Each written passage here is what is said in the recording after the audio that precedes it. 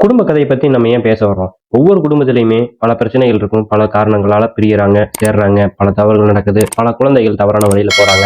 அந்த தவறுகள் எல்லாமே எல்லா பேரண்ட்ஸுமே சுட்டி காட்டுறாங்க அப்படின்னா, நெறைய பேர் அவங்க பேரண்ட்ஸ் சுட்டி காட்டுறது இல்ல. அது மட்டும் இல்லாம பேரண்ட்ஸுக்கு தெரியாம நெறைய குழந்தைகள் தவறு பண்றாங்க. இந்த தவறுகள் எல்லாமே ஏன் நடக்குது? எதுக்காக நடக்குது? அதனோட வாழ்க்கையில அதன் பண்ணுனதுனால நெறைய ப்ராப்ளங்கள் வருது. இதை எல்லாமே அவங்கலாம் எப்படி ஃபேஸ் பண்றாங்க அப்படிங்கிறதுக்காக நம்ம புரிய வைக்கிறதுக்காக தான் இந்த ஃபேமிலி ஸ்டோரிய பத்தி ஃபுல் ஹிஸ்டரியாவே நம்ம பேசிட்டு இருக்கோம். இந்த ஃபுல் ஹிஸ்டரியில எல்லாமே உண்மை கதைகள் தான். இந்த கதையில வர்ற பேர்கள் எல்லாமே நான் மாத்தி தான் சொல்லியிருப்பேன். ஆனா இது எல்லாமே உண்மையான கதைகள் தான். அந்த கதையில முக்காவாசி பெர்சன்டேஜ் வந்து பார்த்தீங்கன்னா 90% வரைக்கும் உண்மையா தான் இருக்கும். அத நீங்க சேஞ்ச் பண்ணிக்கிறதுக்காகத்தான் நான் இந்த ஸ்டோரீஸ சொல்ல வர்றேன். 1000த்துக்கும் மேற்பட்ட குடும்ப கதைகள தான் நான் வந்து எடுத்து வச்சிருக்கேன். டேட்டா செக்டார் ஃபுல்லாவே. ஏன்னா ஒவ்வொரு குடும்பத்திலயுமே நெறைய தவறு நடந்திருக்கு. அந்த தவறு எல்லாமே திருத்திக் கொள்றதுக்காகத்தான் நான் இந்த ஃபுல் ஃபேமிலி ஸ்டோரியவே பேசுறேன். இந்த ஸ்டோரிய நீங்க வந்து முடிஞ்ச வரைக்கும் கேட்டு ஃபுல்லா உங்களோட லைஃப்ப மாத்திக்கிறதுக்கான வாய்ப்ப தான் நான் இந்த வீடியோல உங்களுக்கு சொல்ல வர்றேன். ஃபேமிலி ஸ்டோரி வீடியோக்குள்ள போலாம் வாங்க. இந்த கதையில ஒரு அம்மா, அப்பா அவங்களுக்கு 2 பெண் குழந்தைகள். பையன் பேரு வந்து பார்த்தீங்கன்னா கார்த்தி, பொண்ணு பேரு வந்து செல்வி. இவங்க எல்லாருமே நல்லபடியா வளர்க்குறாங்க. நல்லபடியா போயிட்டு இருக்கு லைஃப்ல. பையனும் சரி, பெண்ணும் சரி நல்லபடியா படிக்கிறாங்க. பையன விட பெண் படிப்பறிவு ரொம்ப ரொம்ப கம்மி தான். ஆனா பையன் நல்ல பள்ளியில +1 +2க்கு போறாங்க. +1 +2லயுமே அந்த பொண்ணும், பையனும் 2 பேரும் போட்டி போட்டு படிக்க ஆரம்பிக்கிறாங்க. ஆனா அந்த பொண்ணுக்கு வந்து அவனோட போட்டி போட்டு படிக்கிறதுல சுத்தமா விருப்பமே இல்ல. அப்பதான் அந்த பொண்ணுக்கு வந்து பார்த்தீங்கன்னா, லைஃப்ல வந்து அடுத்த கட்டத்துக்கு எப்படி போலாம் அப்படிங்கிறதுல வந்தும், அந்த பொண்ணு வாழ்க்கைய நம்ம எப்படியெல்லாம் அனுபவிக்கலாங்கிறத வந்து +1 +2லயே நல்லா கத்துக்கிறாங்க. அந்த சமயத்துல இந்த பொண்ணுகிட்ட வந்து 2 பையன்கள வந்து ப்ரப்போஸ் பண்றாங்க. அந்த 2 பையனையுமே ஒருத்தர மாத்தி ஒருத்தருக்கு தெரியாமயும் இந்த பொண்ணும் ப்ரப்போஸ் பண்ணிட்டு 2 பேத்து கூடயுமே நல்லா ஜாலியா சுத்தி என்ஜாய் பண்ணிட்டு இருந்தது. இந்த லைஃப் போயிட்டு இருக்கவே அவங்க 2 பேத்து கூடயும் கரெக்ட்டா ஸ்கூல் முடியும்போது, +2 முடியும்போது 2 பேத்து கூடயுமே சண்டை கட்டி 2 பேத்தையுமே அவாய்ட் பண்ணிடுறாங்க. அவாய்ட் பண்ணினதுக்கு அப்புறம் இந்த பொண்ணு வந்து பார்த்தீங்கன்னா, +2ல ஒரு தோராயமான மதிப்பெண் பெற்று பாஸ் பண்ணிடுறாங்க. கல்லூரிக்கு வந்து பார்த்தீங்கன்னா, அவங்க ஊர்ல இருந்து பக்கத்தாலேயே போகாம கொஞ்சம் வெளிய போய் ஹாஸ்டல்ல தங்கி படிக்கலாங்கிற ஸ்டேஜ்க்கு வந்துடுறாங்க. அதுக்கு அவங்க அம்மா, அப்பா வந்து பார்த்தீங்கன்னா, முதல்ல மறுப்பு தெரிவிச்சாலும் வேற வழி இல்ல படிக்கட்டும். இப்பவே வந்து திருமணம் பண்ணி வச்சா என்ன பண்றது அப்படின்னு சொல்லிட்டு சொல்றாங்க. அதனால அவங்க அம்மா, அப்பாவும் சரின்னு சொல்லிட்டு அவள கல்லூரிக்கு அனுப்புறாங்க. அந்த கல்லூரியில போகும்போது அங்க கல்லூரியில கோ எஜுகேஷனா இருக்காங்க. அந்த கல்லூரியிலுமே 2, 3 நபர்களுக்கு மேல அந்த பெண் வந்து பார்த்தீங்கன்னா பழக்கப்படுத்திக்கிறாங்க. 3 வருடங்கள் அந்த கல்லூரியில படிக்கிறாங்க. அந்த 3 வருடங்களையுமே அந்த பொண்ணு வந்து பார்த்தீங்கன்னா, நெறைய பையன்களோட பழக்கவழக்கம் வச்சிருக்காங்க. இப்படியே அது வந்து பார்த்தீங்கன்னா, அவங்களோட லைஃப்ல வந்து அடுத்துக்கு அடுத்து கொண்டு போயிட்டே இருக்கிறாங்க. அவங்களுக்கு சுத்தமா படிப்பறிவுங்கிறது வந்து பார்த்தீங்கன்னா, ரொம்ப ரொம்ப கம்மியா இருக்கு. அந்த படிப்பறிவ பத்தி அந்த பொண்ணுக்கு வந்து பார்த்தீங்கன்னா, துளியும் நாட்டமே கிடையாது. ஏன்னா எப்படி இருந்தாலும் நம்ம திருமணத்துக்கு அப்புறம் நம்ம வேலைக்கு போறதில்ல, நம்ம படிச்சு என்ன பண்ண போறோம் அப்படிங்கிற தாட்ல தான் அந்த பெண்ணுடைய மைண்ட் ஃபுல்லாவே இருந்திருக்கு. அந்த மனநிலையில இருந்ததுனால அந்த பெண்ணுக்கு வந்து பார்த்தீங்கன்னா, வாழ்க்கைய நம்ம எப்படிலாம் அனுபவிக்கலாம் அப்படிங்கிறது மட்டும் தான் ஃபுல்லாவே கான்சன்ட்ரேஷனா கொண்டு போயிட்டு இருந்திருக்காங்க. இந்த காலகட்டத்திலேயே அந்த பெண்ணுடைய கல்லூரியில் படிக்கும் சக மாணவர்களோட எங்கெங்கெல்லாம் ஊர் சுத்த முடியும், எப்படியெல்லாம் வாழ்க்கை அனுபவிக்கிறது மட்டும் தான் அவங்களோட ஃபுல் ஃபோக்கஸாவே இருந்திருக்கு. இவங்க அம்மா, அப்பாவுக்கு வந்து அந்த பொண்ணுடைய தவறுகள் எதுவுமே தெரியாம இருந்தது. இப்படியே காலங்கள் போயிட்டு இருக்கு. அந்த பெண்ணு வந்து பார்த்தீங்கன்னா, கல்லூரி படிப்பு முடிக்கிறாங்க. முடிக்கிறதுக்கு அப்புறமே அந்த பெண்ணினுடைய செல்வியுடைய சொந்த மாமா பையன் வந்து பார்த்தீங்கன்னா, திருமணத்துக்கு தயாராகுறாங்க. அதனால திருமணத்த பத்தி பேசி இருக்கிறாங்க. ஏன்னா சின்ன வயசுல இருந்தே வந்து பார்த்தீங்கன்னா, அந்த மாமா பையனுக்கும், செல்விக்கும் தான் வந்து திருமணம் பண்ணலாங்கிற கான்செப்ட்லயே இருந்திருக்காங்க. அதனால இந்த பெண்ணுக்கு வந்து பார்த்தீங்கன்னா, முதல்லயே தெரிஞ்சிருக்கு. எப்படி இருந்தாலும் நம்ம மாமா பையனுக்கு தான் திருமணம் பண்ணி வைப்பாங்க அப்படின்னு சொல்லிட்டு. அந்த நேரத்துல இவளுடைய கல்லூரியில் படிக்கிற ஒரு சக தோழி வந்து பார்த்தீங்கன்னா, வெளியூர்ல ஒரு சிட்டில வந்துட்டு ஒர்க் பண்ணிட்டு இருக்காங்க. அவங்க வந்து பார்த்தீங்கன்னா என்ன சொல்றாங்கன்னா, "நீ இப்பவே ஏன் மேரேஜ் பண்ணிக்கிற? இன்னும் 1 வருஷம், 2 வருஷம் நீ வந்துட்டு ஒர்க் பண்றேன்னு சொல்லி வீட்ல பர்மிஷன் வாங்கு. இன்னும் லைஃப்ப வந்து நம்ம அடுத்த கட்டத்துக்கு வேற லெவலுக்கு கொண்டு போலாம்" அப்படின்னு சொல்லிட்டு, அந்த பெண்ணும் வந்து பார்த்தீங்கன்னா, இந்த செல்விக்கு வந்து வற்புறுத்துறாங்க. நம்ம லைஃப்ல வந்து நிறைய அனுபவிக்கலாம், நிறைய சுத்தலாம், வெளியலாம் போலாம். நீ திருமணம் பண்ணிட்டீன்னா, அந்த ஊர விட்டு வெளிய எங்கேயுமே வர முடியாது அப்படின்னுலாம் சொல்லி பிரைன் வாஷ் பண்ணும்போது, அந்த பெண்ணும் வந்து பார்த்தீங்கன்னா, சொல்றத கேட்ட செல்வி, இவங்க சரி நம்ம இப்ப அம்மா, அப்பா கிட்ட சொன்னோம்னா திருமணத்துக்கு தான் மாற்று கருத்து பண்ண மாட்டாங்க அப்படின்னு சொல்லிட்டு, நேரா அவங்க திருமணம் செய்ய போற மாப்பா பையன்கிட்ட போயிட்டு என்ன சொல்லியிருக்காங்க, நான் வந்து 1 வருஷம் 3 வருஷம் காலேஜ் முடிச்சுட்டு இன்னொரு 1 வருஷம் வந்துட்டு நான் ஒர்க் போறேன். அப்படி ஒர்க் போகும்போது, அந்த ஒர்க்ல வந்துட்டு நான் ஃபுல்லா கான்சன்ட்ரேஷன் பண்ணி என்னோட நாலேட்ஜ் எல்லாம் வளர்த்துக்குவேன் அப்படின்னு சொல்லி சொல்றாங்க. சரி அவரும் வந்து பார்த்தீங்கன்னா, சரி எப்படி இருந்தாலும் நம்மள தான் திருமணம் பண்ணிக்க போறான். திருமணம் பண்ணிட்டு நீ நம்ம கூட இங்க தான் இருக்க போற அப்படின்னு சொல்லிட்டு, சரி நீ ஒர்க்குக்கு போன்னு சொல்லி அவரும் தாட்டி விட்டுறாரு. இதுதான் வாய்ப்பு என்று சொல்லிட்டு, அந்த பெண்ணும் வந்து பார்த்தீங்கன்னா, இங்கேருந்து போறப்பயே சொல்லியிருக்கு. நாங்க வந்து கம்பெனில ஒரு ஹாஸ்டல்ல தான் தங்கி படிக்கிறோம். தங்கி வேலை செய்ய போறோம் அப்படின்னு சொல்லியிருக்காங்க. அத நம்புனதுனால தான் இவங்க எல்லாருமே அனுப்பிச்சிருக்காங்க. இவங்களும் சொன்ன அனுப்பிச்சதுனால, மாசத்துக்கு ஒரு தடவ செல்வி தான் வந்து உயிருக்கு வருவாளே தவிர, இவங்க யாருமே அவங்க கம்பெனிக்கோ, ஒர்க்குக்கோ போய் பார்க்கவே மாட்டாங்க. அப்படி வரேன்னு சொன்னாலும் வேண்டான்னு சொல்லிருவா செல்வி. இதை நல்லா வாய்ப்பா பயன்படுத்தி ஒரு 2 மாசம் மட்டுமே அவங்க கம்பெனில இருந்து ஹாஸ்டல்ல தங்கியிருந்தாங்க. அப்படி ஹாஸ்டல்ல தங்கியிருந்த போது மட்டும் நல்லா ஒர்க் போயிட்டு இருந்தான். அத விட்டுட்டு வந்து பார்த்தீங்கன்னா, இவங்க 2 பேருமே அந்த ஏற்கனவே இருந்த தோழி தானே இவங்கள கூப்பிட்டுருக்காங்க. அவங்க கூடவே இன்னொரு பெண்ணும் சேர்ந்துட்டு 3 பேர் வந்து தனியா வெளிய ரூம் எடுத்து தங்கலாம் அப்படின்னு சொல்லிட்டு வெளிய ரூம் எடுத்து தங்குறாங்க. வெளிய ரூம் எடுத்து தங்கிட்டு மாசத்துல ஒரு 20 நாள் வரைக்கும் மட்டும் தான் ஒர்க்குக்கு போறாங்க. மீதி 10 நாள் வந்து பார்த்தீங்கன்னா, வெளிய சுத்துறது மட்டும் தான். சனி, ஞாயிறு எல்லாமே வெளியே சுத்துறதை மட்டும்தான் ஒர்க்காவே பார்த்துக்கிட்டு இருந்திருக்காங்க. அப்படி வெளியே சுத்தும்போது பல இடங்களுக்கு போறதும், இவங்க கூட காலேஜ்ல படிச்ச பாய் ஃப்ரெண்ட்ஸ்களை வர வைக்கிறதும், இப்படியே லைஃப்ல போயிட்டு இருந்திருக்கு. அது மட்டும் இல்லாம அவங்க கம்பெனியில் ஒர்க் பண்ற பையனோடையுமே ரிலேஷன்ஷிப்ல இருக்க ஆரம்பிச்சிருக்காங்க. இப்படியே செல்வி தனக்கு நாம செய்யறது தப்புன்னே தெரியாம செல்வியினுடைய மனநிலையை பாத்தீங்கன்னா கைடன் பண்ணாம போனதுனால செல்வி போன போக்குல போக ஆரம்பிக்கிறான். இப்படியே போயிட்டு இருக்க செல்வி பாத்தீங்கன்னா கொடைக்கானல், ஊட்டி, ஏற்காடு இந்த மாதிரி ஹில் ஸ்டேஷனுக்குலாம் போக ஆரம்பிக்கிறான். அவங்களோட காதலோட நிறைய ஸ்டே பண்ண ஆரம்பிக்கிறான். இப்படி போயிட்டு இருக்கும்போது அந்த டைமிங்ல அவங்க ஏற்காட்டுல ஒரு பக்கத்தால ரூம்ல ஒரு பையனும் வந்திருந்திருக்காங்க. அவங்க ஃபேமிலியாவும் இருந்திருக்காங்க. அந்த ஃபேமிலியில இன்னொரு பையன் டிரைவர் வந்திருக்கான். அவங்க டிரைவர் கிட்ட பாத்தீங்கன்னா இந்த செல்வி நம்பர் கொடுத்துருக்கான். அவங்க ரெண்டே நார்மலா பார்த்துருக்காங்க, பேசியிருக்காங்க. அப்போ பாத்தீங்கன்னா நம்பர் கொடுக்கும்போது அவனும் பாத்தீங்கன்னா அடுத்த நாள் ஃபோன் பண்ணி செல்வியை பேச ஆரம்பிக்கிறான். செல்வியோட பேச பேச பேச பேச இந்த பேச்சுவார்த்தை ஒரு 6 மாசம் வரைக்கும் போகுது.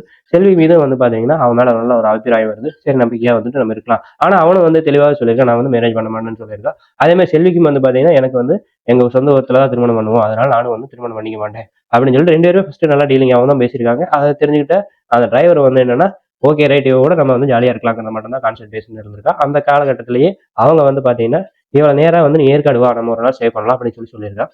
அப்படி சொல்லும்போது ஏற்காட்டுல தான் இவனோட நண்பனோட வீடு இருக்கிறதா சொல்லியிருக்கான். இதை நம்பிட்டு நேரா ஏற்காடுக்கு போயிருக்காங்க. ரூமில் தங்கியிருக்காங்க. அப்படி ரூமில் தங்கி இருக்கும்போது இவனோட ஃப்ரெண்டு கிட்ட நான் சரக்கெல்லாம் வாங்கிட்டு வர சொல்லியிருக்கேன், இவனுக்கு பீர் வாங்கிட்டு வர சொல்லியிருக்கேன்னு சொல்லியிருக்கான்.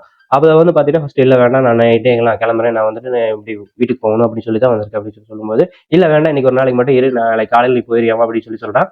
அதை பாத்தீங்கன்னா அவங்களும் இந்த செல்வியும் மறுத்திருக்காங்க. இருந்தாலும் வேற ஒரு ரீசனை போஸ்ட் பண்ணி செல்வியை கன்வின்ஸ் பண்ணிடுறான். ஏன்னா என் ஃப்ரெண்டு இப்போ கொடுத்துட்டு மட்டும் போயிடும், அவன் பாத்தீங்கன்னா ரொம்ப நேரம் ரூம்ல இருக்க மாட்டான் அப்படின்னு சொல்லியிருக்கான். சரி இவன் ஒருத்தர் கூட தான் நம்ம லைஃப் என்ஜாய் பண்ணலாம்னு சொல்லிட்டு, ஏன்னா செல்விக்கு ஆல்ரெடி எல்லா விஷயங்களுமே தெரிஞ்சிருக்கு. ஆல்ரெடி நிறைய பேர் ரிலேஷன்ஷிப்ல இருந்திருக்காங்க. அதை பயன்படுத்தி இந்த செல்வி என்ன நினைச்சிருக்காங்கன்னா, சரி ஓகே ஒருத்தர் கூட தான் நம்மளும் இன்னைக்கு நைட் ஃபுல்லா என்ஜாய் பண்ணிட்டு நாளைக்கு காலையில் நம்ம வீட்டுக்கு போயிடலாம் அப்படிங்கிற கான்செப்ட்ல வந்திருக்காங்க.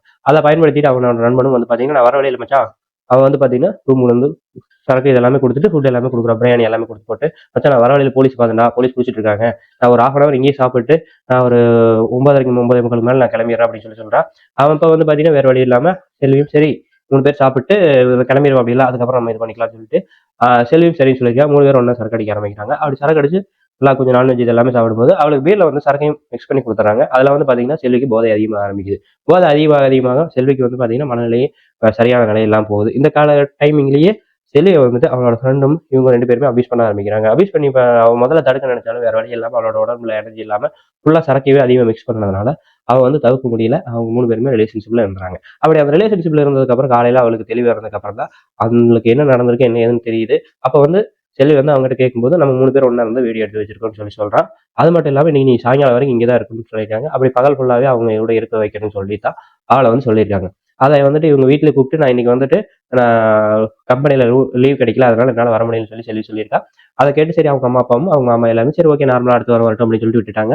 அவளோட ஃப்ரெண்டு கூப்பிட்டு இப்படி நான் ஊருக்கு வந்துட்டேன், நான் நாளைக்கு காலைல தான் வருவேன்னு சொல்லியிருக்கான். சரி ஓகேன்னு சொல்லி போட்டு அவங்களும் பாத்தீங்கன்னா வேறு வழி இல்லாம அவளும் பாத்தீங்கன்னா ரிலேஷன்ஷிப்ல இருக்க ஆரம்பிக்கிறாங்க. அதை பகல் ஃபுல்லாவே இருந்திருக்காங்க. அப்படி பகல் ஃபுல்லா இருந்ததுல ஒரு நார்மல் கண்டிஷன்ல இருக்கும்போது அவளுக்கு பாத்தீங்கன்னா அவங்க பண்ற விஷயங்கள் எல்லாமே பிடிச்சு போயிட்டு இவனும் சரி ஓகே இனிமேல் நான் ஒரு மாசத்துக்கு ஒரு டைம் நம்ம இந்த மாதிரி என்ஜாய் பண்ணலாம்னு சொல்லியிருக்காங்க. இப்படியே அவளுக்கு பாத்தீங்கன்னா இங்க ஒர்க்குக்கு போய் 1 வருஷத்துக்கு மேல 1.5 வருஷத்துக்கு கிட்ட ஆயிடுச்சு. சரி ஓகேன்னு சொல்லிட்டு இனி நம்ம தவிர்க்க மாட்டான்னு சொல்லிட்டு செல்விக்கு சரி மேரேஜ் நீ அர்ஜென்ட்டா பண்ணி ஆகணும், ஏன்னா அவங்க மாமாவுக்கு ஏஜ் அதிகமாக போயிட்டு இருக்கு அப்படின்னு சொல்லிட்டு சொல்லி ப்ரெஷர் பண்றாங்க. சரி செல்வியும் சரி ஓகே நீ நம்ம திருமணம் பண்ணிட்டு நம்ம இதுல வரைக்கும் எல்லாமே பண்ணிட்டோம், நீ நம்ம அந்த காலகட்டத்துல நீ லைஃப் கரெக்டா கொண்டு போய்க்கலாம் அப்படின்னு சொல்லிட்டு செல்வியும் பாத்தீங்கன்னா அவங்களுடைய சொந்த மாமா திருமணம் பண்ணிக்கு சம்மதிச்சு திருமணம் நடக்குது. இந்த திருமணம் பாத்தீங்கன்னா நல்லா இவங்களோட இதுல நல்லா கிராண்டா பண்றாங்க. அந்த திருமணத்துக்கு அப்புறம் இவங்களுக்கு ஒரு குழந்தையும் பிறகுது. இப்படி குழந்தை பிறந்ததுக்கு அப்புறம் கரெக்டா ஒரு சில காலகட்டங்களுக்கு அப்புறம் செல்வி அவங்க ஆல்ரெடி யூஸ் பண்ணிட்டு இருந்த நம்பர் எல்லாமே பிளாக் பண்ணிட்டு இருக்காங்க. புதுசாக தான் நம்பர் யூஸ் பண்ணியிருக்கான். இவன் பாத்தீங்கன்னா நார்மலா ஃப்ரீ டைம் கிடைக்கல, குழந்தை வளர்க்கும் போது ஃப்ரீ டைம் கிடைக்கும் ஃபேஸ்புக் இந்த மாதிரி எல்லாம் யூஸ் பண்ணும்போது ஃபேஸ்புக்ல இவளோட நம்பர் போட்டு இருக்கான்.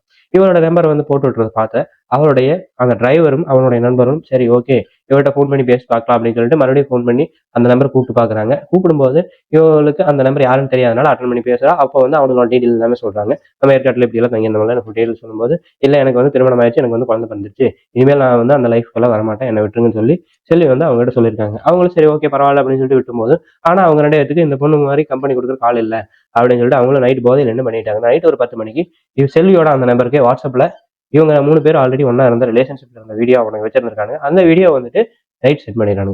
இந்த வீடியோ பாத்தீங்கன்னா அவங்களுடைய ஹஸ்பண்ட், செல்வியோட ஹஸ்பண்டான மாமா வந்து எடுத்து பாத்துறாரு. பார்த்ததுக்கு அப்புறம் தான் தெரியுது, நீ இவ்வளவு தப்பான நடந்திருக்கே, இவ்வளவு தப்பு பண்ணிருக்கே அப்படின்னு சொல்லிட்டு, இந்த தவறுகள் எல்லாமே உனக்கு திருத்திக்கிறதுக்காக வாய்ப்பு நான் கொடுக்க முடியாது. அதனால நம்ம வந்து வேற வழி இல்லாம டைவர்ஸ் பண்ணிக்கலாம். நான் வந்து இந்த காரணத்தை வந்து வெளியே எதையும் சொல்ல, நீயும் வந்துட்டு இதுதான் ரீசன் எல்லாம் சொல்ல வேண்டியதில்லை. நீ வந்துட்டு நம்ம 2 பேரும் மியூச்சுவலா டைவர்ஸ் பண்ணிக்கலாம். அப்படி இல்ல அப்படின்னு சொல்லி நீ எனக்கு டைவர்ஸ் குடுக்கல அப்படின்னா, இந்த வீடியோவ வந்துட்டு நான் ஆதாரமா வந்து நான் வந்து கோர்ட்ல சப்மிட் பண்ண வேண்டியது வரும். அப்படி சப்மிட் பண்ணோம்னா உனக்கும் கேவலமாயிரும் அப்படின்னு சொல்லிட்டு அவரு வந்து பாத்தீங்கன்னா சொல்லி மியூச்சுவலாவே பிரிஞ்சிடறாங்க. அப்படி பிரிஞ்சதுக்கு அப்புறம் அந்த குழந்தைய வந்துட்டு டைரக்டா வந்து வேற யாருமே இல்ல, அவங்க மாமாவே வந்துட்டு டைரக்டா இந்த குழந்தை எனக்கு தான் பிறந்தது, அதனால வந்து நான் இந்த குழந்தைய நானே வளர்த்திக்கிறேன்னு சொல்லிடுறாரு. அந்த குழந்தைய அவரே வளர்த்திக்கிறாரு. அப்படியே போயிட்டு இருக்கிறப்பதான் இந்த செல்விக்கு வந்து நாம எவ்வளவு தப்பு பண்ணிருக்கோம், அறியாத வயசுல நம்ம செஞ்ச தப்பு எல்லாமே இப்ப வந்து வினையா இருக்குன்னு சொல்லியிருக்காங்க. இவளோட தனிமையா இருக்கிற நிலைமையை பார்த்து இவளோட கூட படிச்ச கல்லூரியில படிச்ச மாணவன் வந்து பாத்தீங்கன்னா உண்மையாலுமே சின்சியரா ஒருத்தர் லவ் பண்ணிட்டு இருக்கான். ஆனா அவளை வந்து இவன் வந்து பாத்தீங்கன்னா தவிர்த்திருக்கான். அவன் வந்து இவளோட நிலையை பார்த்துட்டு சரி நம்ம என்ன திருமணம் பண்ணிக்கலாம்னு சொல்லி கேட்கும்போது, அப்ப செல்வி சொல்லியிருக்கா, வேண்டாம் நீ வந்து உன்னோட லைஃப்ல வந்து வேற ஒரு நல்ல பொண்ணா பார்த்து திருமணம் செஞ்சுக்கோ. நான் வந்து எந்த வயசுல என்னென்ன தப்பெல்லாம் செய்யக்கூடாதோ அந்த வயசுல எல்லா தப்புமே பண்ணிட்டேன். அந்த தப்புக்கு உண்டான தண்டனை நான் இனி கடைசி காலம் வரைக்கும் தனிமையில இருக்க வேண்டியதா. அது மட்டும் இல்லாம நான் இருக்கிற வரைக்கும் தனிமையா இருப்பேன். இதுக்கு நான் இருக்கிற தனிமையை பார்த்து என்னோட மாமாவா என்னை புரிஞ்சுட்டு சேர்த்துக்கிட்டா உண்டு. இல்லைன்னா நான் இப்படியே தனிமையா போயிடுறேன் அப்படின்னு சொல்லிட்டு செல்வி ஒரு முடிவு எடுத்து ஸ்ட்ராங்கா போயிட்டு இருக்காங்க. இந்த கதையில நான் ஏன் சொல்றேன்னா, இந்த கதையில வந்து செல்வி வந்து ஸ்கூல் படிக்கும்போதும் சரி, கல்லூரி படிக்கும்போதும் சரியான கைடன்ஸ் அந்த ஏஜ்லுடைய வர சில தவறுகள் விஷயங்களை அவங்க வந்து கரெக்டா புரிஞ்சுக்காதனால வந்த வினைகள் தான். இந்த வினைகள் எல்லாமே நிறைய பெண்களுக்கு நடந்துட்டு இருக்கு. இப்ப நிறைய பேருக்கு நடக்கிறதுக்கும் வாய்ப்பு இருக்குது. இந்த கதையை தெரிஞ்சதுக்கு அப்புறம் நீங்க உங்களுடைய தவறுகளையும் உங்களுடைய குழந்தைகளையும் நல்லபடியா வளர்த்தீங்க. அதே மாதிரி இந்த கேட்கிற பெண்களும் சரி ஆண்களும் சரி மற்றவங்களை வந்து நம்ம அவங்களோட விருப்பம் இல்லாம அபியூஸ் பண்ணக்கூடாது. அப்படி அபியூஸ் பண்ணோம்னா அதனோட பின் விளைவுகள் உங்களுக்கும் திருப்பி உங்களுக்கும் சரி உங்களுடைய குழந்தைகளுக்கும் வருங்கிறத நீங்க வந்து மறக்காம தெரிஞ்சுக்கணும். மீண்டும் வேறு கதையில் உங்களை சந்திக்கலாம். நன்றி, வணக்கம்.